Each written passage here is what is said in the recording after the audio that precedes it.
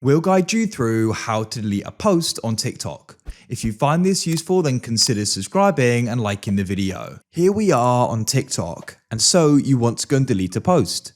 Perhaps you posted it a long time ago and you no longer want it on your account, or you made a mistake when posting it. It doesn't matter, we're going to guide you through how this can be done. So come into TikTok, and what you need to do is come to your TikTok profile. If you're currently on the For You page, press profile in the bottom right, and you're then going to be brought here. Now you can go and start scrolling down and view your feed and different things you posted. And what you want to do is go and find the post you wish to go and delete.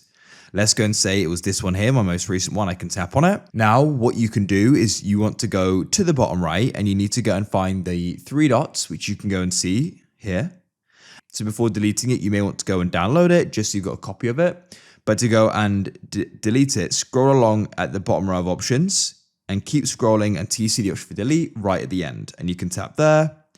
You can then confirm the decision. You've got 30 days where it can be restored from Activity Center, and that's it.